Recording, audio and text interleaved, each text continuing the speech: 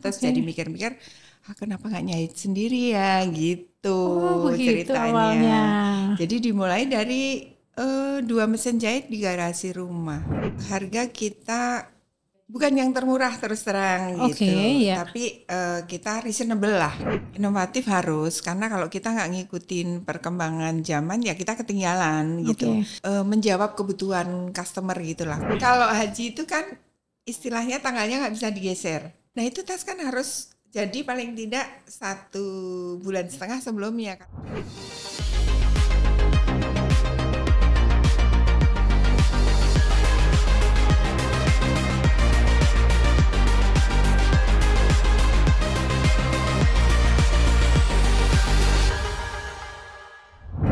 Jumpa lagi Grafo Lovers. Setiap pribadi memiliki cara tersendiri untuk menuju sukses. Salah satunya adalah dengan mengenal karakter diri dengan ilmu grafologi. Semuanya terangkum dalam Aksara Bercerita bersama saya, Kusuma Prabandari. Industri manufaktur merupakan salah satu industri penting dan punya peran besar dalam perekonomian kita. Rantai nilai input, proses, output yang merupakan aktivitas inti sama pentingnya dengan aktivitas pendukung seperti pengelolaan sumber daya manusia, pemasaran, manajemen risiko, dan manajemen keuangan. Nah, seluruh rantai nilai perusahaan dan tata kelola yang baik tentu akan menjadi kunci bagaimana bisnis sukses bertahan. Pada episode kali ini sudah hadir di studio sahabat saya, Ibu Pipi Suyoto. Beliau adalah salah satu pengusaha manufaktur Indonesia yang tahan banting menghadapi persaingan dunia usaha yang semakin kompetitif. Halo Mbak Pipi. Halo. Selamat datang di podcast saya. Terima kasih udah diundang. Saya juga terima kasih loh Mbak Pipi sampai sini. Luar biasa nih saya. Untuk mengundang Mbak Pipi tidak mudah ternyata. Begitu sibuknya ya. Terima kasih, kita akan berbincang-bincang seru kali ini dan pasti sudah penasaran Grafo Lovers. Jangan khawatir karena kami akan mengupas tuntas semuanya di episode kali ini. Namun sebelumnya jangan kemana-mana, kita simak profil Ibu Pipi Suyoto berikut ini. Pipi Suyoto, sosok perempuan pebisnis ulet yang telah membangun bisnisnya hingga besar seperti saat ini. Bisnis Pipi bergerak pada produksi manufaktur tas dan koper dengan karyawan mencapai 350 orang. Sebelumnya, Pipi juga pernah menggeluti bisnis stationery supplier, pelayanan dan kurir, hingga saat ini beliau mendirikan yayasan sosial. Pasang surut berbisnis pernah dirasakannya. Bagaimana kiat Pipi bertahan dalam kompetisi bisnis yang semakin ketat? Seperti apa tips dan solusi permasalahan dalam bisnis manufaktur yang digelutinya?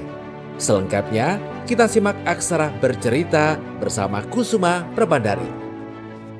Mbak Pipi, sekali lagi terima kasih sudah hadir di sini. Ya, saya juga terima kasih udah dikasih kesempatan. Senang saya. Meskipun saya sudah kenal Mbak Pipi lama, tapi ternyata saya itu belum tahu betul ya bagaimana atau kenapa Mbak Pipi memilih untuk terjun di bidang bisnis manufaktur ini dibanding bisnis yang lain loh ya, atau mungkin ada bisnis yang lain. Mbak Pipi bisa cerita mengapa lebih memilih bisnis manufaktur, apa sih kelebihannya? Jadi kayak flashback ke yang dulu lagi gitu. Oke, ya, boleh, gak apa-apa ya, boleh, ceritanya agak panjang. Nggak apa-apa. Jadi ceritanya tuh waktu aku lulus kuliah tuh nyoba apa ya. Mbak Pipi kuliah di mana? Maaf saya potong. Universitas 11 Maret Solo. Oke, ya dari UNS ya. UNS. Terus nyoba ngelamar lah kemana-mana gitu, biasa. Yeah. Ternyata lamarannya tuh nggak pernah ada yang nyantol gitu. Oh, ya? Terus sampai akhirnya aku punya anak. Terus di rumah tuh rasanya bosen gitu loh. Udah punya anak 2 sampai punya anak 2. Oh ya? Itu rasanya bosen, apa ya kira-kira yang bisa dikerjain di rumah sembari ngomong anak, ceritanya tuh begitu. Terus ya udahlah coba-coba jadi supplier aja pertama gitu. Supplier untuk barang-barang promosi gitu. Nah terus dari semuanya barang yang saya tawarkan itu kok banyak yang minta tas gitu. Untuk tas seminar, tas untuk souvenir dan sebagainya. Terus jadi mikir-mikir, kenapa nggak nyahit sendiri ya gitu ceritanya. Awalnya. Jadi dimulai dari 2 mesin jahit di garasi rumah.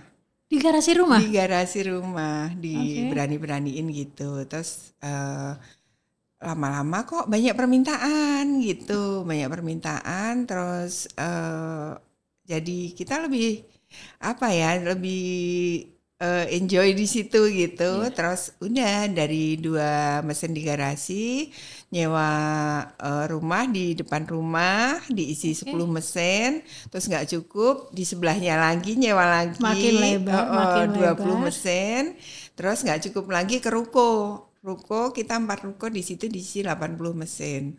Oh, luar Terus nggak biasa. cukup lagi, akhirnya bikinlah pabrik sendiri. Wah, Pertama dengan 150 mesin jahit.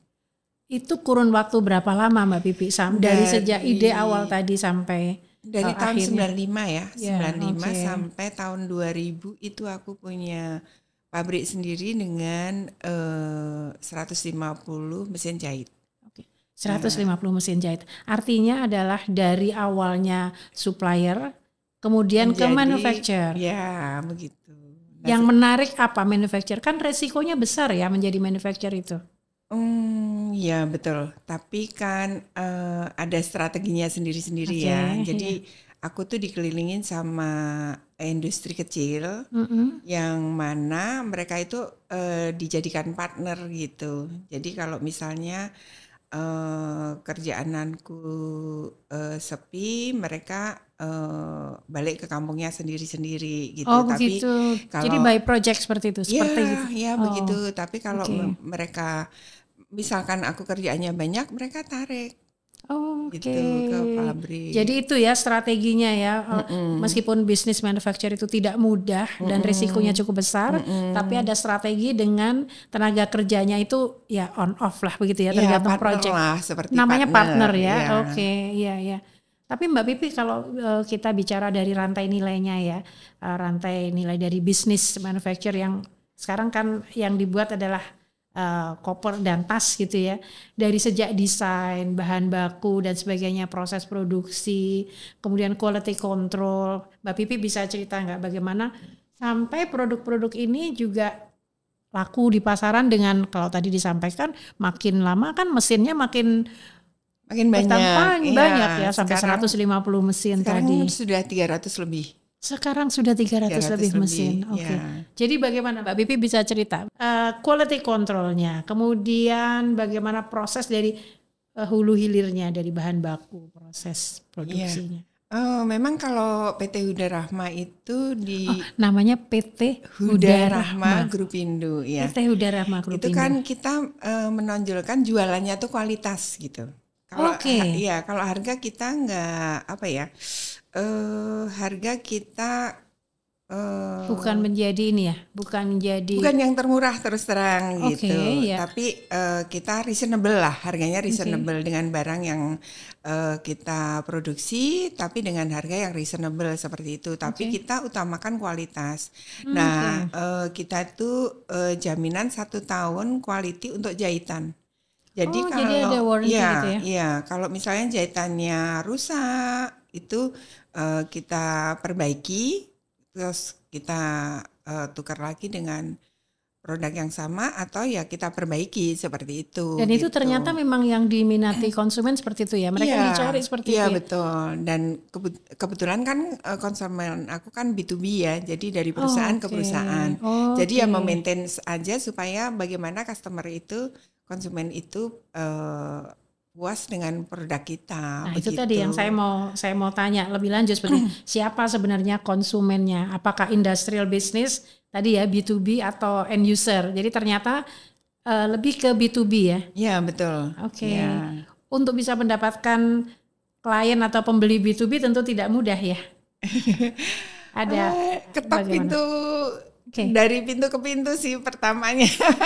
Itu dilakukan gitu, ya? Ya dilakukan, tapi lama-lama ya mereka akhirnya banyak sekali yang perusahaan itu yang dengar dari mulut ke mulut gitu. Kalau enggak tadinya bekerja di perusahaan A, terus kemudian dia pindah ke B, ya tetap kalau cari tas tetap ke PT Huda begitu, seperti itu. Pelanggannya hampir kayak ya walaupun mereka pergi kemana aja tetap ordernya ke PT Huda begitu. Oke.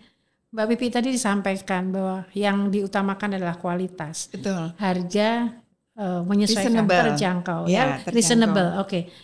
Tapi sebenarnya strategi yang dilakukan itu apa sih? Apakah juga efisiensi gitu ya? Lebih ke berbiaya rendah gitu ya? Atau diferensiasi keragaman produknya kan koper dan tas ya, keragamannya, model, desain dan sebagainya. Bagaimana Mbak Pipi menjaga agar konsumennya itu puas gitu? Inovatif iya ya, inovatif harus, karena kalau kita nggak ngikutin perkembangan zaman ya kita ketinggalan gitu. Seperti pertama itu waktu dari 150 mesin jahit itu kan saya hanya jahit untuk soft case aja seperti tas ransel, tas kerja, terus kemudian tas lempang, terus koper pun koper soft case gitu. Tapi dengan perkembangan zaman, orang menuntut semuanya hard case, ya udah terus kita inovasi ke hard case begitu seperti Jadi itu. Jadi ada tim khusus yang memang kemudian mempelajari teknologinya, desain seperti itu Mbak Pipi. Betul itu. Jadi kita terus menjawab kebutuhan customer gitulah. Customer butuh apa gitu. Jadi kalau memang dia butuhnya koper hard case ya kita koper hard case. Terus semua apa yang customer butuhkan itu, yang penting segala macam jahitan PT Huda Rahma bisa gitu. Jadi tidak terbatas hanya tas aja. Mereka butuh jahitan yang lain gitu. Kalau selama kita bisa ya kita kerjakan. Gitu. Seperti itu. Berarti kalau tadi ya inovasi terus dilakukan sesuai kebutuhan customernya. Apakah itu yang juga menjadikan Huda Rahma Grupindo ini menjadi salah satu pilihan maskapai besar Indonesia untuk menjadi pemasok mereka? Mungkin boleh ceritakan. Iya, kalau betul. ada yang boleh salah diceritakan. Satunya ya, salah satunya. Okay. Jadi ya itu tadi kan visi kami itu kan menjawab semua kebutuhan customer gitu kan. Nah kebutuhan customer selama ini untuk Garuda Indonesia ya selain koper dan tas untuk kebutuhan cabinnya, mereka kan juga untuk mengadakan angkutan haji gitu. Oh gitu. Ya, jadi PT Huda Rahma Grupindo lebih memproduksi untuk giveaway untuk jemaah haji yang naik dengan Garuda Indonesia gitu, seperti itu. Nah, kita tuh melayani Garuda tuh sudah hampir 30 tahun ya. 30 tahun? Oh luar biasa. 24 tahun lah 24 tepatnya ya, 24 tahun itu. Kenapa bisa begitu ya? Jadi awalnya untuk cabin, untuk kru? Awalnya untuk giveaway. Awalnya untuk tapi giveaway. Terus dipercaya untuk tas, cabin dan sebagainya gitu. Jadi ya itu kita mengutamakan kualitas satu, terus kemudian ketepatan waktu delivery. Nah karena, itu kan berat ya. Kalau haji itu kan istilahnya tanggalnya nggak bisa digeser. Kalau berangkat tanggal 1 Mei misalnya begitu. Nah itu tas kan harus jadi paling tidak 1,5 bulan sebelumnya karena harus didistribusi ke semua provinsi yang ada di Indonesia kan. Gitu. Nah itu bagaimana kita dengan kebutuhan yang sangat besar itu bisa mendeliverikan tepat waktu dengan kualitas yang baik tentunya. Karena kalau nggak baik kan nanti sampai tanah suci terus jemaahnya kopernya jebol dan sebagainya, itu kan merupakan beban juga bagi PT Huda Rahma Grupindo. Nah dengan kepuasan dari Garuda Indonesia maka PT Huda Rahma Grupindo bisa bertahan sampai sekian puluh tahun. Dan bahkan kemarin kita dapat award. Wah, apa itu awardnya tuh? Sebagai vendor terbaik tahun 2024. Wah, ceritanya. Selamat. Kalau boleh tahu, kalau boleh menyampaikan, kisaran berapa sih kuantitas dalam 1 tahun untuk jemaah haji yang disupport oleh koper dari Huda Rahma ini, dari Garuda? sekitar berapa? Naik turun ya, naik turun. Kan kita range-nya. vendornya tidak hanya satu gitu. Ya. Jadi kadang-kadang kita dapat 50.000 set gitu. 50.000 set, ya. Tapi kadang-kadang turun, kadang-kadang naik. Bahkan 70.000 set juga pernah gitu. Wah, luar seperti biasa. itu. Jadi yang di provide itu kan tiap jemaah haji mendapat koper besar satu, terus kemudian koper cabin yang kecil seperti ini satu, terus kemudian tas paspor satu gitu. Jadi satu set itu 3 gitu lah. Kalau 50.000 ya berarti 150.000 pieces begitu, tapi turun naik ya enggak. Tapi range-nya kurang lebih seperti itu. Berarti itu kan tidak hanya kapasitas pabrik, tapi juga bagaimana penggudangannya ya, penyimpanan juga ya. Betul. Kan semua kan dikerjakannya sudah berproses beberapa bulan sebelumnya. Termasuk waktunya supply. biasanya singkat, tidak pernah berbulan-bulan. Paling lama itu 70 hari. Dari sejak order tahun itu? Iya, bukan hari kerja loh ya, hari kalender. Hari kalender. Bahkan kadang-kadang 50 hari kalender gitu harus sudah selesai.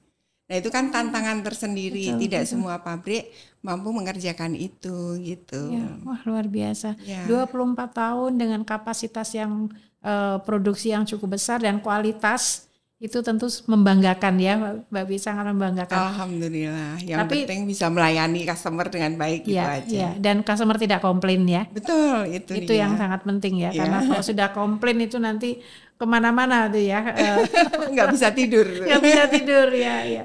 Oke, Bu Pipi, saya juga mau tanyakan kan tadi semua kan pabrik punya sudah sendiri ya. Semua ada di mana lokasi pabriknya?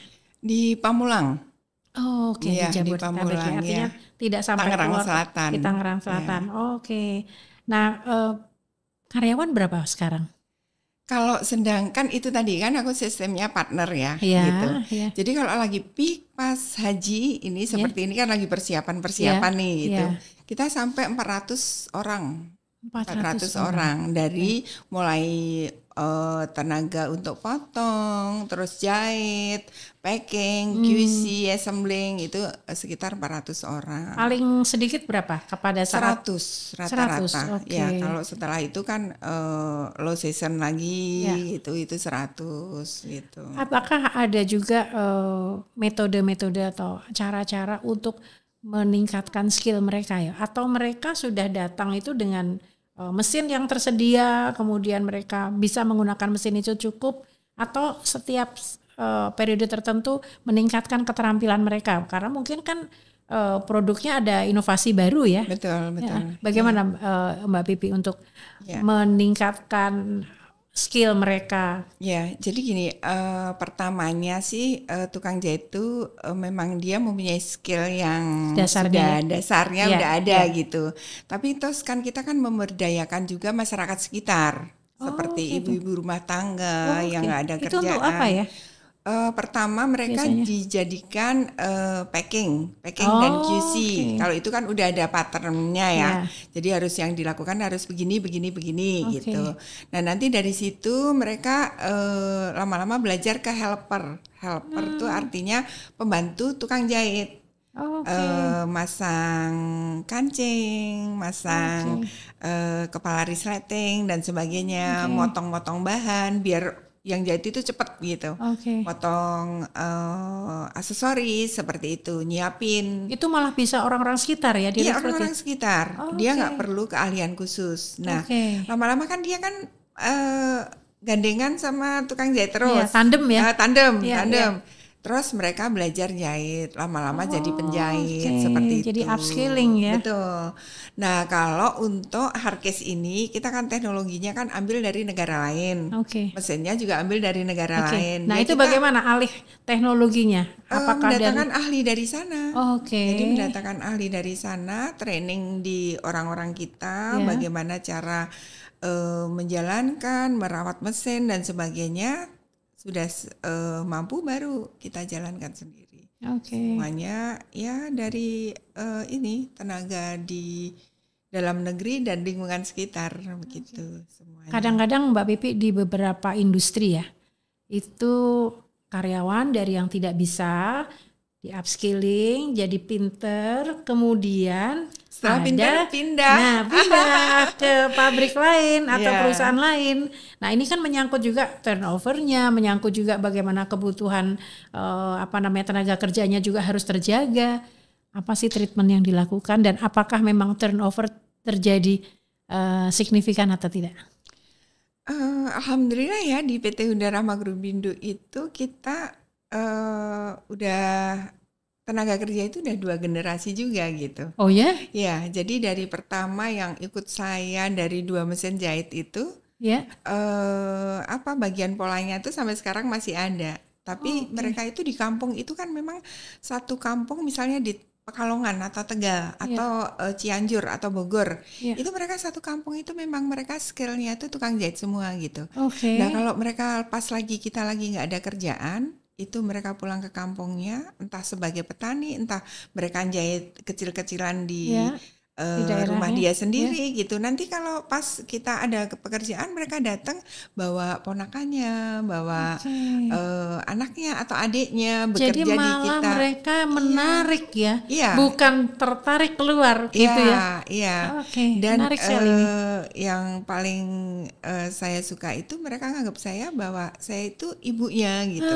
Oke. Dan Mungkin mereka karena tuh anak kekeluargaan saya itu ya? semuanya. Iya, karena kan Oke. kita kan asalnya dari 2 mesin jahit di garasi itu gitu. Jadi dia. manajemennya ya manajemen kekeluargaan gitu. Oke. Mereka merasa nggak Ikut ada itu bertumbuh bos ya mereka gitu. ya? Iya, mereka adanya ya ibu anak gitu aja. oke. Ibu anak walaupun mereka ada tua-tua ya tetap mereka menghargai saya sebagai ibunya gitu. Oke. Dan mereka saya anggap sebagai anak sendiri begitu. Oke. Jadi memang kalau tadi saya membayangkan inovasi dilakukan, mesin-mesin didatangkan dari luar, kan jadi tambah pinter. Tadi ada yang tandem gitu ya. Ya. Ternyata setelah mereka pinter, mereka tidak tergiur untuk ikut perusahaan lain, tapi malah bisa menarik teman-teman atau keluarganya begitu ya. Ya, tapi yang ada kalau yang sudah berumur gitu, mereka pamit, Bu saya udah nggak kuat, saya pengen istirahat di kampung. Boleh nggak saya dibekelin berapa mesin jahit untuk dijahit, untuk ditarik di rumah mereka sendiri gitu. Jadi mereka menjadi seperti UMKM di kampung mereka sendiri. Banyak yang seperti itu. Jadi mereka usaha mandiri atau disuplai ke Bu Pipi juga? Jadi begini, kalau pekerjaan banyak, kita nggak mampu, di pabrik pun sudah tidak mampu, kerjaan itu saya lempar keluar ke anak-anak saya sendiri. Yang saya taruh ada 10 mesin jahit, 20 mesin jahit dan sebagainya gitu. Itu kan quality controlnya udah jelas.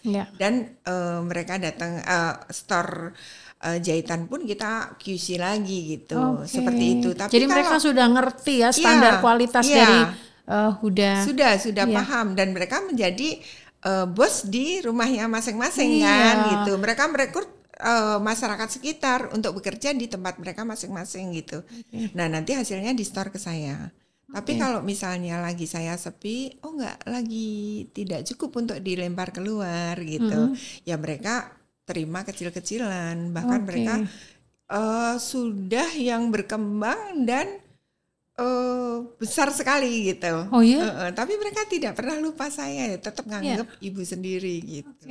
Itu ya Dan luar kalau biasa. saya minta bantuan apapun ya mereka, aduh ibu kekurangan tukang ini tolong kirim ke sini. Ya mereka dengan senang hati mengirim tukang-tukang tersebut ke ini. Jadi tetap rasa terima kasihnya tuh diwujudkan dengan ketika Bu Pipi membutuhkan mereka support. Iya betul. Luar biasa ya. Jadi malah menelurkan UMKM baru, hasil binaan didikan dari pabrik yang Ibu Pipi punya, mereka menjadi bisa mandiri ya. Iya. Wah hebat luar biasa ini. Tidak banyak yang mau melakukan seperti itu ya, karena mereka sudah purna tugas dibekali mesin gitu ya. Iya betul, dibekali mesin. Karena mesin itu kalau tambah teknologi kan mesin yang lama barangkali ada treatment apa Bu Pipi? Biasanya gini, permajaan saya beli yang baru. Nah yang lama-lama itu untuk tukang-tukang jahit yang pensiun gitu kan, mereka pinter-pinter loh membetulkan mesin yang menurut kita sudah sepertinya nggak bisa begitu ya. Tapi mereka ternyata merawatnya luar biasa. Wah, luar biasa, menelurkan bibit pengusaha-pengusaha kecil baru ya. Wah, luar biasa. Tapi ini kalau dilihat dari ini produknya ya, apa namanya, masyarakat umum. Kalau tadi kan Ibu Pipi mengatakan biasanya pembelinya atau konsumennya tuh B2B. Kalau masyarakat umum tuh sebenarnya bisa nggak sih mendapatkan produk ini? Barangkali juga ada special price gitu ya yang bisa dinikmati juga untuk masyarakat umum. Kan kalau kita lihat para jemaah haji, wah kopernya bagus-bagus ya, pengen juga lo punya yang seperti ini gitu. Ada nggak sih kesempatan-kesempatan seperti itu? Nah, ada untuk masa-masa tertentu. akhirnya begini, untuk yang retail itu kita bikin beberapa brand ya gitu. Seperti Koper Hardcase itu kita luncurkan bulan kemarin itu pakai brand Hopper gitu. Jadi itu dijual secara online di Shopee bagi mereka yang mau beli, nanti ada diskon khusus, biasanya ada misalnya diskon akhir tahun, nah kita pangkas habis seperti itu. Terus kemudian untuk backpack, tas-tas kecil-kecil kita ada brand Mochi Lulu gitu. Itu untuk tas-tasnya. Tapi memang itu khusus untuk retail. Iya. Tapi banyak juga customer kita yang mereka punya brand bagus-bagus, produksi di kita untuk dijual ke marketnya mereka, store mereka sendiri. Gitu. Tapi Jadi mereka seperti Maklun gitu. Lah itu ya. Seperti Maklun. Ya. Dengan brand mereka sendiri. Dengan brand mereka sendiri. Jadi kebanyakan seperti itu. Ya. Berarti memang selain kapasitas untuk perusahaan-perusahaan ya untuk merek-merek tertentu yang bikinnya di kita gitu, karena mereka percaya sama kualitas kita. Gitu. Jangan-jangan yang saya beli di mall itu juga salah satunya. Terima kasih ini perkenalannya kan, jadi kita tahu ya bahwa Bu Pipi perkembangannya dari yang kecil sampai saat ini menjadi kapasitas seperti sekarang. Kalau selain tas dan koper sebetulnya ada nggak sih yang disediakan gitu untuk mungkin harian atau untuk kebutuhan orang bekerja atau untuk mereka yang mau melancong backpackers gitu ya? Ada produk-produknya selain. Kalau saya lihat kan tadi yang disampaikan yang hardcase gitu ya? Iya.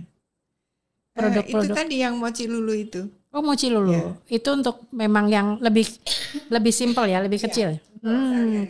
Untuk sehari-hari. Jadi di atas tas kecil, terus backpack seperti itu. Oke.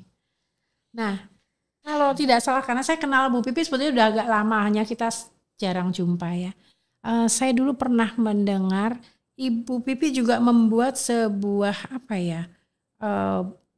kematas atau box gitu yang dia juga punya teknologi khusus sebagai penghangat makanan gitu. Oh, tas box delivery ya. Oh, box delivery namanya ya. Jadi gini ceritanya.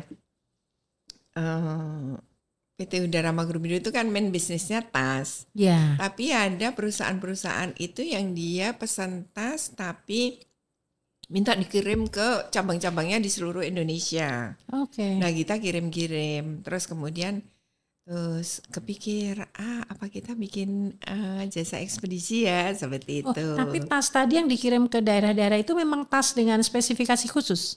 Spesifikasi khusus. Box delivery itu. Ceritanya ini agak lebar sedikit ya. Gitu. Nggak apa-apa. Terus, dari situ, terus kemudian, tapi yang berkembang itu tidak jasa ekspedisinya, tapi courier service. Courier service. Karena dulu sebelum ada Gojek gitu Grab gitu. Kalau pesen makanan itu kan jarang, belum ada. Belum ya. Gitu. Harus hanya ke restoran tertentu aja. Nah, mereka kemudian minta ke saya, PT Uda bisa nggak ya bikinin box yang untuk ngantar makanan itu yang tahan 1 jam suhunya itu tetap sekian derajat Celcius, terus kemudian kentangnya nggak lepek, es krimnya nggak meleleh, seperti itu. Nah, itu inovasi kita. Inovasi bagaimana sih menciptakan tas yang seperti itu. Terus jadilah tas box delivery itu untuk restoran ya fast food terkenal fast lah food ya. terkenal di Indonesia. Oke. Nah dari situ tuh dari mulut ke mulut hampir semua restoran terkenal di Indonesia pakai jasa kurir Huda Express gitu. Oh jadi tidak sekedar membuat delivery box itu, ya, tapi juga menyediakan kurirnya. Oh jadi untuk Huda Express, mengantar. jadi Huda Express namanya? Iya, itu awal mulanya terbentuk Huda Express oke. itu seperti itu, karena mereka tidak, jangan cuman boxnya aja dong, boleh nggak sediain orangnya dan armadanya untuk ngantar makanan ini gitu.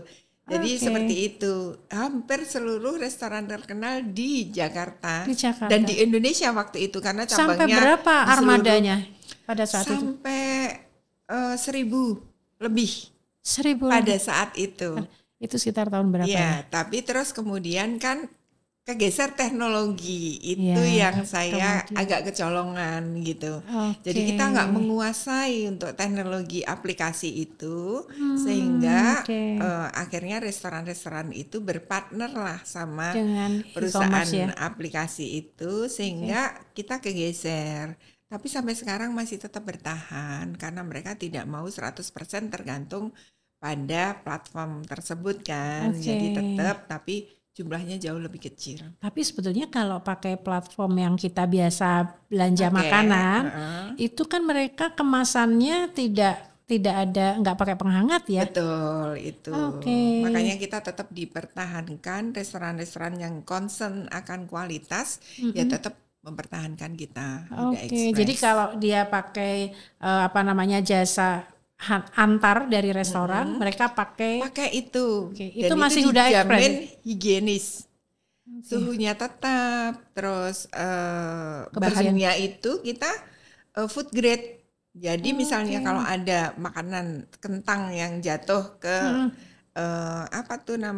tas tersebut, ya tetap layak dimakan, layak dikonsumsi seperti itu.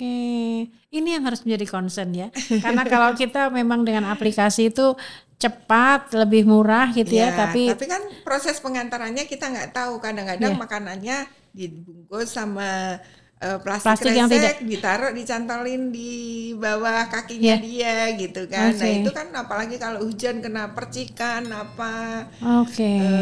dan sebagainya kan kita nggak tahu gitu. Tapi kalau pakai box itu kan dijamin higienisnya, suhunya dan sebagainya seperti itu. Tapi jasa itu masih ada, hanya karena kemudian bersaing dengan aplikasi kegeser, itu tergeser ya. Apakah signifikan penurunan? Sangat signifikan. Sangat signifikan ya. Apa upaya sekarang yang akan dilakukan? Apakah kemudian akan merambah ke bikin apps gitu? Pernah coba sih, tapi ya kita belum secanggih mereka lah. Ilmu saya masih kurang. Untuk itu.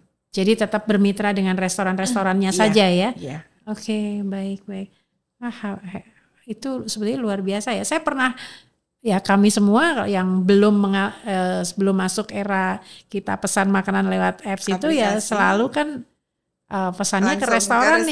Restoran. Itu mereka ada dari semua restoran kita yang antar, alhamdulillah. Di seluruh Indonesia sampai 1.000 lebih ya armadanya ya. Oke. Saya sekarang mau begini, karena tadi sudah ada pergeseran persaingan tadi ya. Itu orang-orang yang tadinya menjadi armada itu apa solusinya untuk mereka, Mbak Pipi? Pada saat itu. Aku kalau cerita itu agak sedih juga. Jadi kita kalau berkenan saja nggak bisa menjanjikan apapun gitu. Tapi kan ke mereka pun kan kita by kontrak ya. Jadi selama kita masih megang kontrak dengan restoran tersebut, saya mengontrak ini SDM-nya begitu. Tapi begitu kontraknya mereka selesai, ya kontrak saya dengan mereka selesai begitu. Dan itu saya yang hubungan kita sudah cukup dekat gitu, tapi belum bisa menjanjikan lapangan pekerjaan yang lain sampai sekarang gitu, seperti itu. Iya, memang dilematis ya.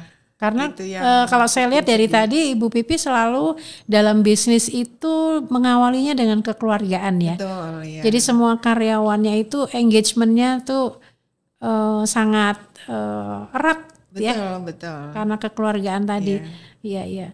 Ya mudah-mudahan nanti ada inovasi baru, bisnis baru yang dimana mereka bisa terlibat lagi ya. Mudah-mudahan seperti itu. Oke, baik. Mbak Pipi, jadi gini, pasang surut bisnis ya. Kalau dari tas, koper, kalau saya lihat sih semakin menanjak begitu ya. Tetapi ada tadi sebagian dari bisnisnya, kemudian karena kondisi makro, kondisi persaingan, kemudian mengalami penurunan gitu ya. Apa pelajaran yang bisa Ibu Pipi dapatkan dan bagaimana sih mengatasi hal-hal seperti itu? Tadi kan waktu cerita seakan-akan ya memang terlihat mengharukan gitu ya. Tapi apa sih dengan kondisi seperti itu? Jadi sekarang sih aku lebih fokus ke tas ini gitu. Okay.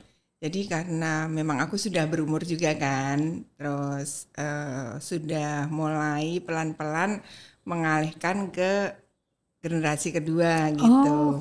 Tapi usahakan pasti pasang surut ya. Gitu. Nah dengan tas ini mudah-mudahan bisa terus berkembang gitu. Tapi apapun itu yang kita lakukan, visi kita sih bagaimana PT Huda Rahma itu bisa menjadi ladang pekerjaan bagi masyarakat banyak. Terus bisa berguna bagi sesama agama dan bangsa itu. Gitu sekarang. Karena kalau kita mau bikin apa lagi ya gitu. Kayaknya saat ini belum itu terpikir. Jadi gitu. lebih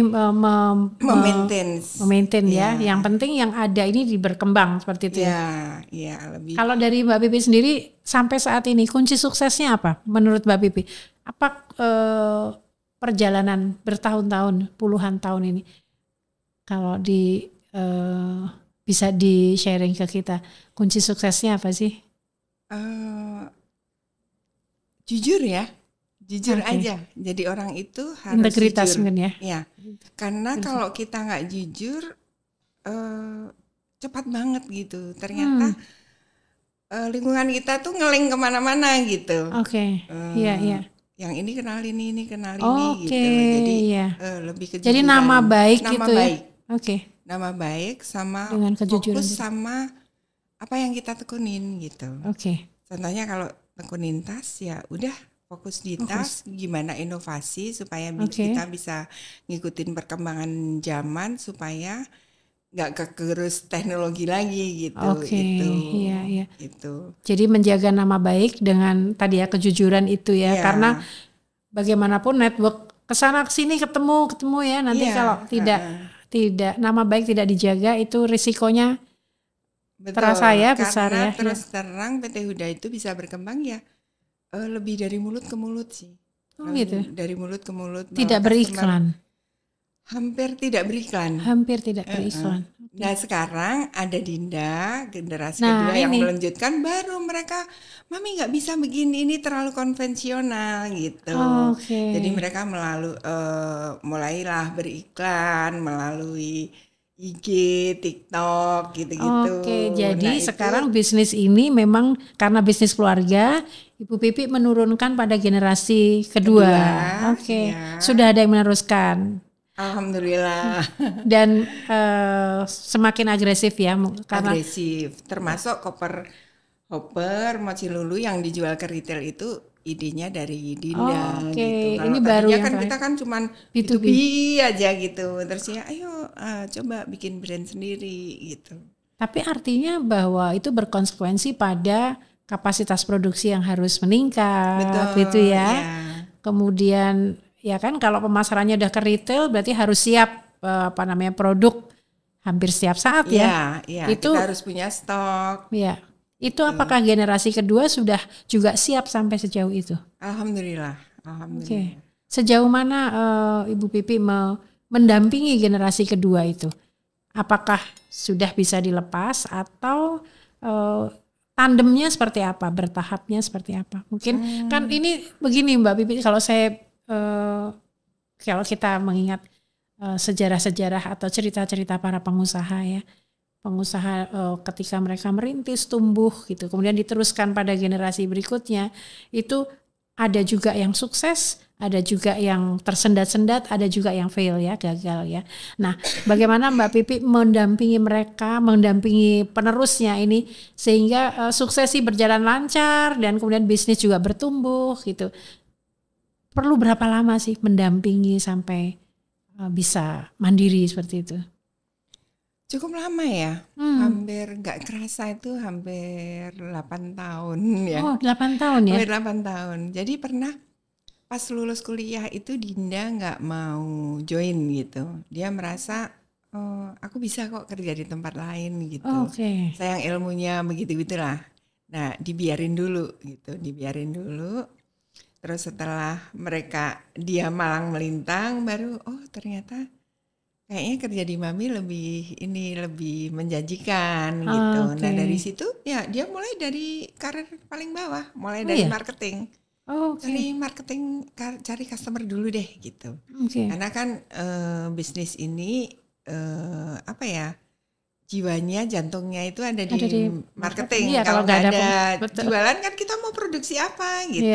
Kalau produksi nanti kamu belajar pelan-pelan atau sudah ada ahlinya lah gitu. Kita udah ahli teknologi gitu. Tapi kalau marketing kamu harus sendiri gitu. Nah di situ ya tandem, kita ke customer tandem, lama-lama dilepas. Nah sekarang untuk marketing, urusan marketing saya 100% udah serahkan ke Dinda gitu. Dia mau jualan retail, mau B2B dan sebagainya gitu tuh sudah hampir 90% ya dilepas ke Dinda. Hanya customer yang aku merasa aku hormati sekali gitu. Kalau aku nggak datang itu aku merasa terlalu meremehkan mereka gitu. Itu aku masih baru turun. Masih ditanganin gitu. Tapi kalau yang memang awalnya dari Dinda yang merintis ya udah ini Dinda gitu.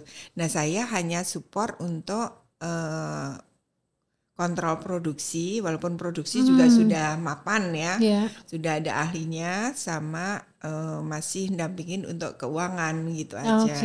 Karena kalau untuk keuangan terus terang Dinda belum pede gitu, masih ini gimana ya Mami, ini gimana Mami gitu, jadi masih didampingin.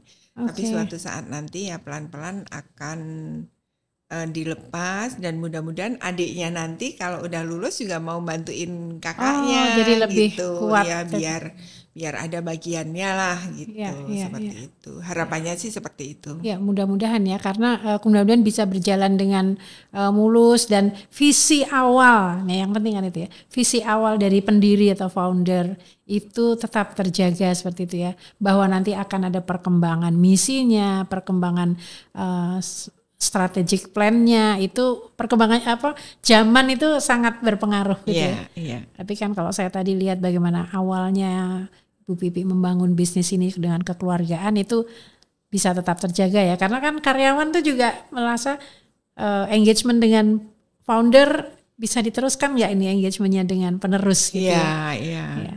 Tapi ya selalu sih aku tekankan ke Dinda bahwa mereka itu keluarga kita gitu. Jadi kita bisa seperti aset ini ya. Karyawan tuh aset itu ya. Itu berkat mereka gitu. Seperti itu. Luar biasa. Bu Pipi menyenangkan sekali ya kalau kita lihat perjalanan bisnisnya, ada yang growth, ada yang kemudian tadi terjadi kendalanya lebih karena faktor eksternal yang persaingan seperti itu, bagaimana suksesi itu terjadi dan sampai saat ini masih PT Huda Rahma Grupindo eksis sampai sekarang dan ini sebentar lagi musim haji. Betul. Pasti akan ada panggilan lagi untuk dalam 1,5 bulan mensupport sejumlah puluhan ribu ya, ratusan ribu bahkan ratusan ribu.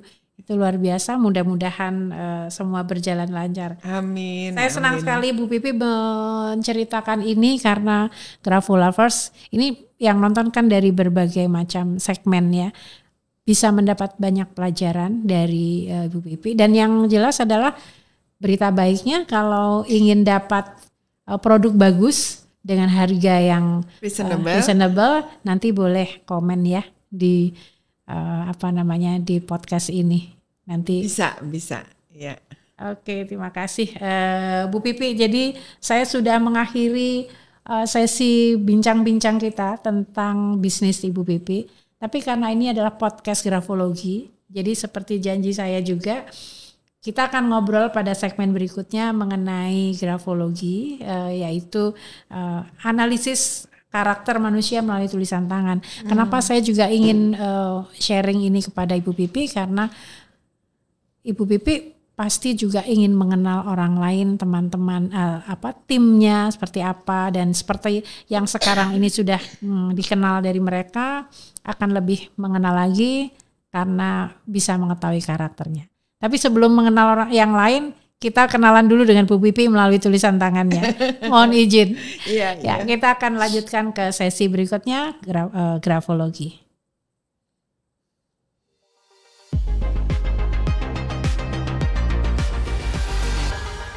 Kita kembali lagi Grafolovers. Saat ini saya sudah bersama Ibu Pipi yang memberikan kepada saya tulisan tangan beliau, dan beliau mengizinkan untuk saya membacanya karena beliau juga ingin mengetahui bagaimana sih analisis ini, tentu saja begitu ya Bu Pipi ya. Tapi tadi dikatakan beliau katanya deg-degan, padahal kayak apa ya karakternya. Ya, sebetulnya apa yang diceritakan beliau tentang karirnya, tentang profesinya, itu sudah menunjukkan bahwa Ibu Pipi orang yang ulet, yang gigih seperti itu ya. Nah, ini terbaca nggak sih dari tulisannya gitu ya. Bu Pipi, sekali lagi terima kasih untuk tulisan tangan yang sudah dibuat untuk saya, dan kita bersama-sama akan diskusikan. Sebelum saya akan membahas yang lebih jauh, saya punya ada 7 kartu. Ini kartu ini saya tunjukkan pada teman-teman Grafolovers. Ada 7 kartu ini adalah beberapa karakter yang memang ada di Bu Pipi. Oh gitu. Ya. Terus nanti akan saya bahas satu-satu, tapi Bu Pipi boleh pilih yang mana dulu yang mau dibahas. Yang mana dulu? Ini dulu deh. Aku suka warna ini saya. Okay. Beliau memilih karena warnanya. Karena warnanya. Tapi memang ini yang terbaca pertama dari saya. Oh gitu. Jadi semua tulisan yang ada di semua tulisan yang Ibu Pipi buat, huruf O dan A, jadi huruf vokal O dan A semua tertutup. Yang artinya adalah Ibu Pipi sebetulnya orang yang lebih senang mendengar dibanding berbicara, menyimpan perasaannya, dan sebetulnya lebih diam, orangnya lebih tertutup diam. gitu, lebih tertutup. Introvert gitu. Enggak. Ya, introvert dalam arti memang lebih senang berkomunikasinya tidak dengan berbicara sebetulnya. Jadi lebih pendiam, menyembunyikan perasaan, dan lebih senang mendengar daripada berbicara. Iya sih. Nah, ini yang pertama dipilih oleh Ibu Pipi. Jadi memang beliau memiliki tulisan dengan vokal huruf A dan O biasanya yang tertutup. Selalu tertutup. Ya, seperti itu. Boleh yang kedua Ibu Pipi? Mau pilih yang mana? Acak ya? Acak, boleh. Ini. Saya nggak tahu nih memilihnya karena warna atau warna lagi. Karena warna jadi ketahuan ini kesukaannya. Jadi di sini tertulis vertical slant. Saya mau menceritakan begini, dalam setiap tulisan, dalam skrip, orang menulis itu bisa miring ke kanan, miring ke kiri, atau tegak, atau variatif kiri kanan.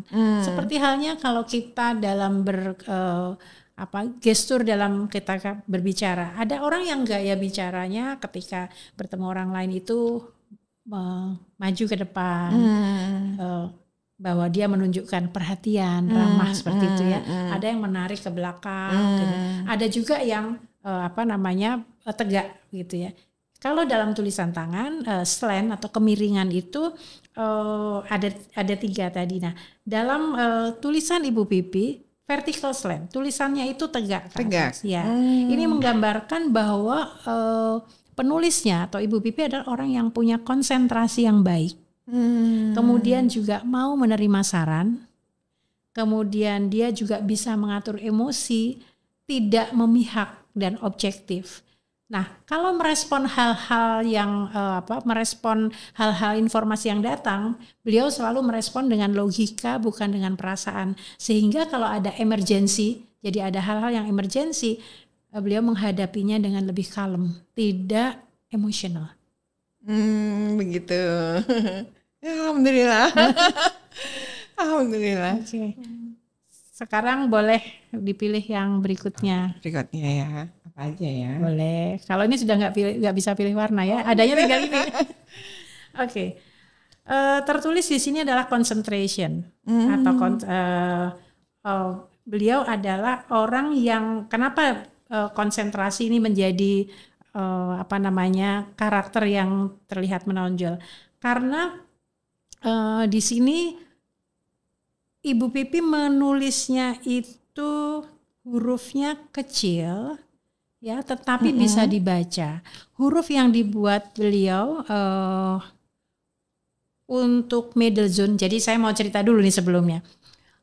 Dalam tulisan tangan, misalnya Ibu bayangkan menulis huruf B, ya. B itu ada zona atas dan zona tengah. Kalau huruf G itu zona tengah dan zona bawah. Kalau huruf A, huruf M itu zonanya tengah. Nah, saya bicara zona tengah, ketika menuliskan di zona tengah itu tingginya tidak lebih dari 3 mm. Ya, saya juga pakai alat sih, biasanya saya kalau melihat seperti itu ya. Nah, dengan zona tengah yang tidak lebih dari 3 mm atau kurang lebih 3 mm tetapi bisa dibaca, ini menunjukkan bahwa orang tersebut mempunyai konsentrasi yang baik. Kalau dilihat dari kalau dilihat dari keseluruhan ini tidak semua zona atas dan zona bawahnya mungkin lebih dari 3 mili, tapi khusus zona tengahnya adalah 3 mili. Ini memiliki konsentrasi yang baik. Begitu ya? Iya, seperti itu. Ya, jadi konsentrasi yang baik salah satunya ditunjukkan dengan zona tengah yang kecil. Oh gitu, iya. Boleh memilih lagi, silakan yang mana. Oke. Nah, Ibu Pipi dalam semua hurufnya, terutama huruf M dan huruf M, ini semuanya itu flat. Jadi ada yang menulis M-nya itu tajam-tajam gitu ya, ada sudutnya, ada yang flat. Nah, semua tulisan Ibu Pipi itu M dan N-nya itu flat. Ini menggambarkan bahwa Ibu Pipi senang bekerja yang mempunyai ada kerjaannya itu atau apa yang dikerjakan itu ada manualnya. Orang yang bekerja dengan berstandar pada manual, pada SOP itu adalah orang yang tadi hurufnya M flat seperti ini.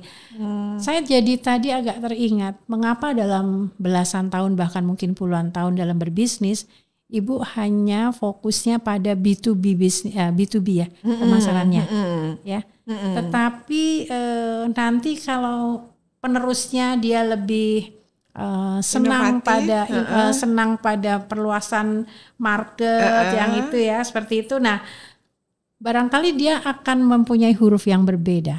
Iya. Aku orangnya lebih tidak mau mengambil risiko sih. Oke. Main aman semuanya gitu. Dengan manual ya. Ada SOP-nya gitu. Main aman gitulah. Ya. Salah satunya dengan main aman. Main aman itu kan berarti pilihan untuk tidak terlalu tidak terlalu supaya nggak up and down gitu. Jadi mainnya semua dengan manual. Ketika sudah menetapkan seperti ini ya pakai pola yang itu. Jadi mungkin kalau penerusnya kalau nanti lebih agresif mungkin lebih akan berbeda dari berbeda tulisan ya? Karena dia punya karakter yang berbeda. Berbeda, iya. Seperti itu. Oke. Masih ada 3, silakan mau yang mana. Oke, Ibu Pipi memilih ini karena semua huruf E yang beliau tulis itu ada loopnya. Dan loopnya besar. Ada orang yang menulis huruf E-nya itu sempit, Ibu, nggak ada loopnya. Nah, ini loopnya besar. Ini menggambarkan bahwa beliau adalah orang yang berwawasan luas. toleran terhadap ide atau saran dari orang lain. Ya, seperti ini. Gitu ya, terima kasih. Enggak Aku tuh sih. kadang-kadang gitu loh. Gimana? Apa tuh agak rendah diri juga karena tulisanku tuh jelek banget dari zaman. Selama masih bisa dibaca, masih oke. Oh gitu. Ya. Oke. Nah, di sini tertulis intuisi ya. Orang menulis itu bisa nyambung, bisa tidak sambung. Kalau orang tua kita dulu mungkin nulis nyambung ya. Sambung, Ya. betul. Kalau sekarang itu banyak menulisnya itu tidak sambung. Ya. Memang bedanya dengan orang dulu yang nyambung itu mereka lebih gotong royong, lebih betul. engagementnya dengan orang lain itu Iya, lebih iya. terjaga. Kalau yang sekarang memang lebih individual, Individual, betul. ya. Tetapi mandiri, lebih mandiri. Nah, jarak antara, karena itu tulisannya kan disconnecting ya, jadi antara kata, antara huruf dan jarak yang atas dengan bawah. Itu sangat presisi ininya, selalu ajak gitu ya kalau ya, jadi tidak berubah-ubah, jaraknya itu kurang lebih sama.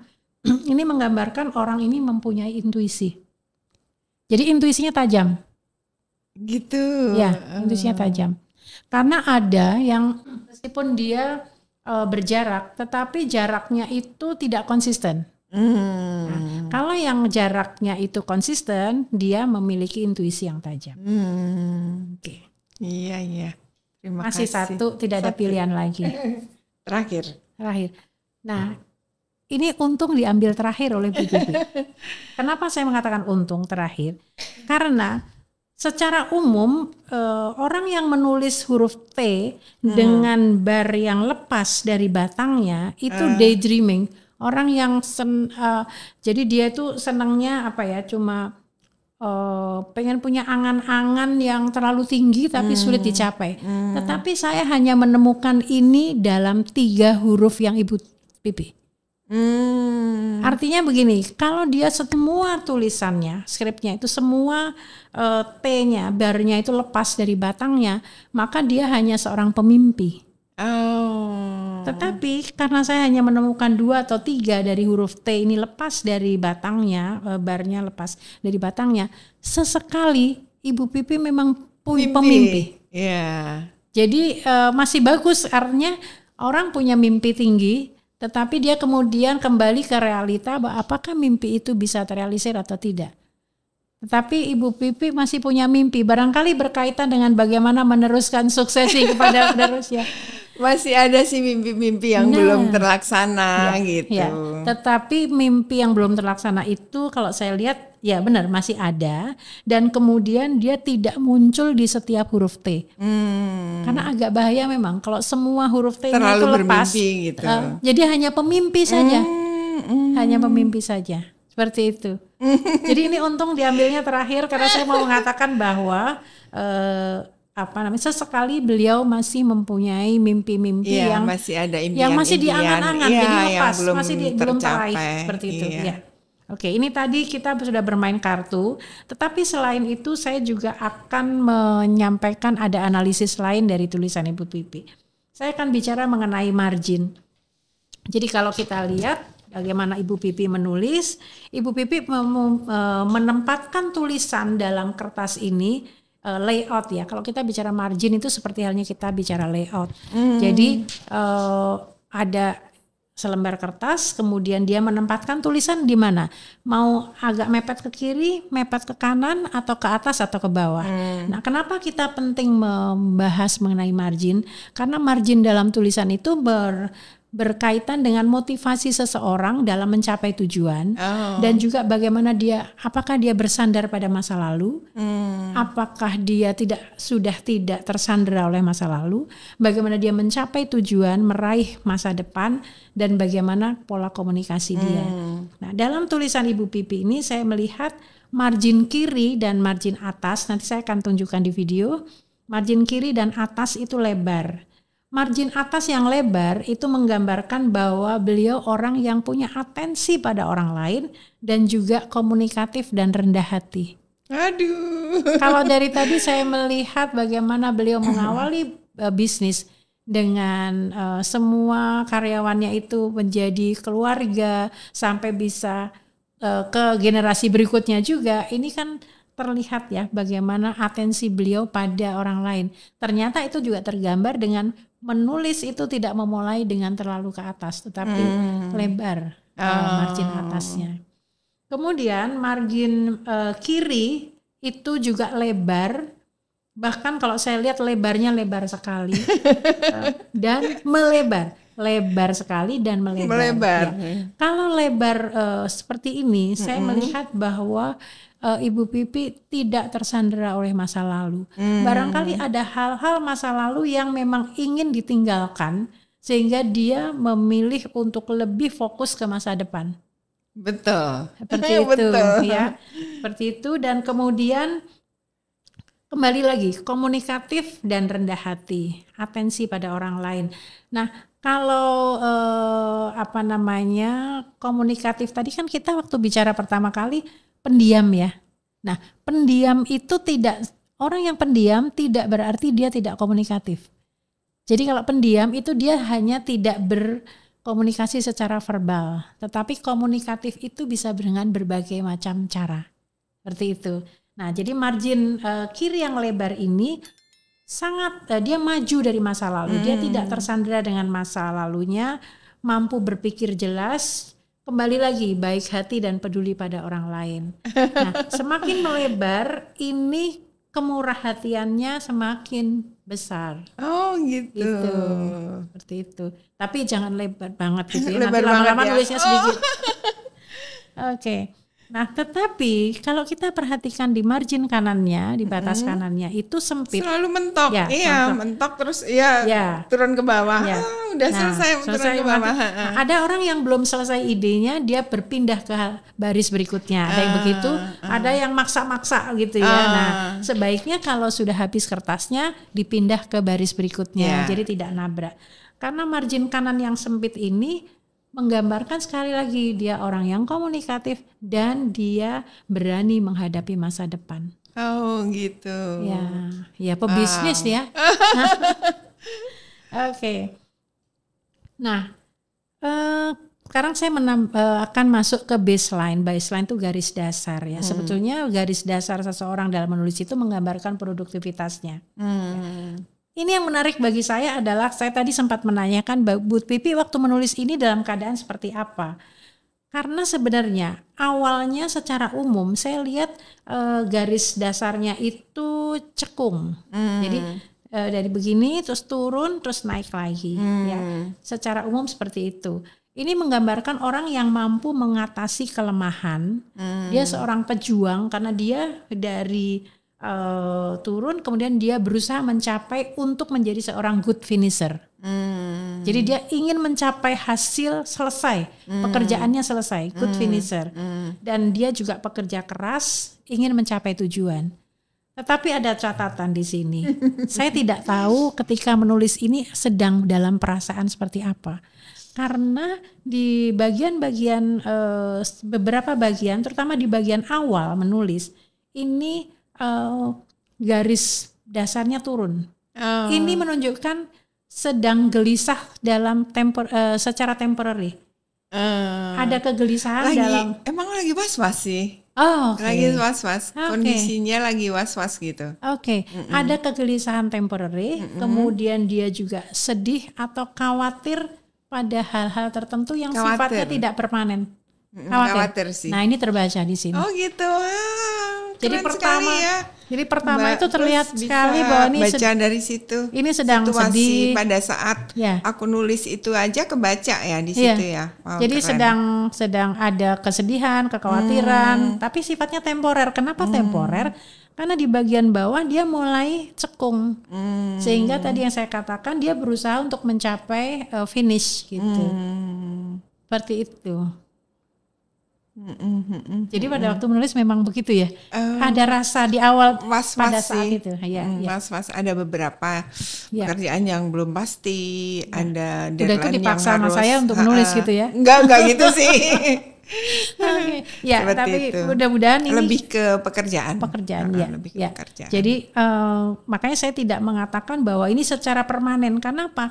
Di begitu sudah baris ke 5, 6, 7 dan seterusnya sudah mulai cekung. Itu tidak turun terus. Oke. Jadi memang kita nggak bisa membaca itu sekali begitu saja. Meskipun Mbak Pipi, saya tidak membaca isinya. Saya tidak tahu apa yang Mbak Pipi tulis. Oh gitu. Jadi tidak ceritanya membaca. itu tentang Saya tidak apa baca. itu Saya Mbak tidak Kos baca. nggak baca, Saya nggak baca. hanya Melihat gaya tulisan. Gaya Gaya tulisannya. Oh iya. Karena saya sudah tidak bisa membaca isinya. Oh gitu. Wow, keren ya. Ya. Nah, Keren banget. Kemudian tadi kan kita sempat bicara bagaimana zona tengahnya yang kecil tadi ya. Nah, saya mau bicara lagi mengenai zona tulisan. Tadi saya sudah katakan dalam menulis itu ada zona atas, zona tengah, dan zona bawah. Kalau dilihat dari zona atas itu, misalnya nulis B tadi ya. Zona atas tuh yang di B, yang di bulat di atasnya. Zona atas itu menggambarkan atau merepresentasikan spirit seseorang, spirit motivasi. Kalau zona bawah itu merepresentasikan materi, kesehatan, kemudian seksual itu ada di bawah. Kalau yang di tengah itu lebih pada kondisi saat ini, kemudian personal needs-nya seorang, interaksi seseorang, ego seseorang itu ada di tengah. Oke. Nah, dalam hal ini tadi saya sudah sampaikan bahwa di zona tengah Mbak Pipi tadi middle zone-nya kecil dan menggambarkan bahwa beliau mempunyai konsentrasi yang baik. Seperti itu sebagai akhir dari sesi membaca tulisan ini. Mudah-mudahan Ibu Pipi senang dengan apa yang saya sampaikan dan sekali lagi bahwa setiap manusia itu mempunyai karakter yang unik ya, nggak ada yang sama. Dan itu tergambarkan dari bagaimana dia menulis dengan tulisan tangan. Keren. Seperti keren. itu. Terima kasih udah dibaca tulisannya. Mudah-mudahan berkenan dan saya juga terima kasih Ibu Pipi sudah hadir di sini. Kita ngobrol dalam 2 sesi tadi, menyenangkan sekali. Sekali lagi mudah-mudahan sukses dengan semua yang dicapai. Untuk sekarang dan ke depan. Amin, alhamdulillah. Terima kasih. Seni dalam bisnis kadang sukses, kadang memiliki tantangan. Semua itu sudah dilalui oleh seorang Pipi Suyoto hingga menjadikannya sosok seperti ini. Banyak pelajaran yang diambil untuk terus berupaya berusaha dalam keadaan apapun di tengah kompetisi sengit saat ini. Terima kasih Grafo Lovers sudah menyaksikan episode kali ini. Kita berjumpa lagi di lain episode dengan tamu lain yang lebih istimewa lagi. Saya Kusuma Prabandari pamit undur diri. Sampai jumpa. Terima kasih Mbak Bibi. Terima kasih. Aku terima kasih banget. Sama-sama. Dikasih kesempatan. Senang sekali. Terima kasih.